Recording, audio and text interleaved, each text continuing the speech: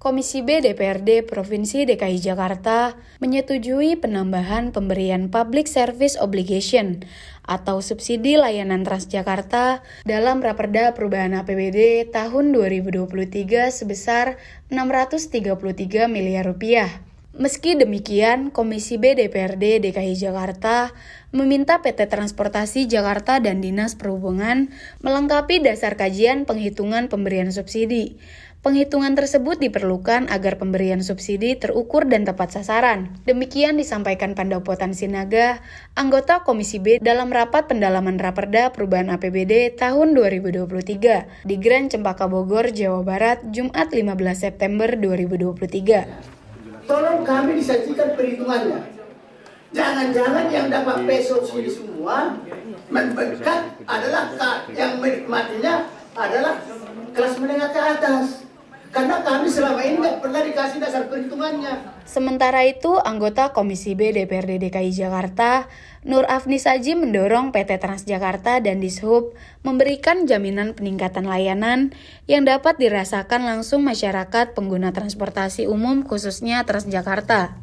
Pasalnya, Afni mengakui masih sering melihat kekosongan penumpang pada armada yang beroperasi. Ketika kita memberikan subsidi, kita harus mendapatkan pelayanan yang baik, Pak.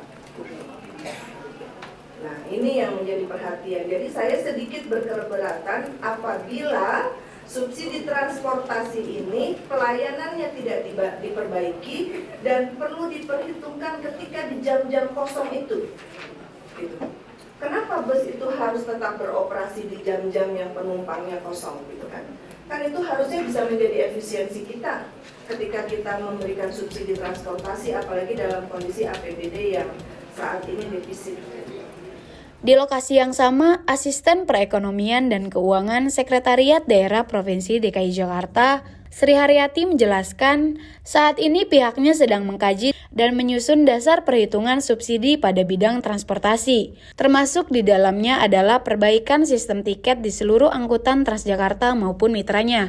Sebetulnya siapa yang dapat subsidi? Apakah warga Jakarta atau tidak? Saat ini memang karena tiketnya masih belum ada yang sekarang nanti akan kita lakukan, nanti Pak Sabri bisa diterangkan terkait dengan ABT Pak, Account Based Ticketing. Jadi nantinya kita sedang melakukan pengintegrasian sehingga tiketnya nanti itu ada akun kitanya.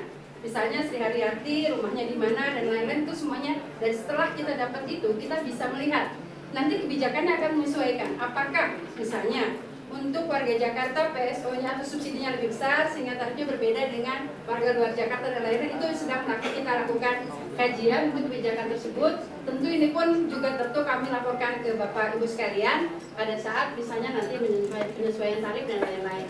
Kenapa kok misalnya bis-bis banyak yang kosong dan lain-lain. Jadi kami di Pemprov, saya, Pak Abbas, BPBUMD dan Dishub dan lain-lain itu juga melakukan monitoring dan evaluasi terhadap subsidi TJ sendiri. Sehingga dari hasil pencermatan yang kita lakukan, maka kita bisa mengurangi sampai 300 sekian.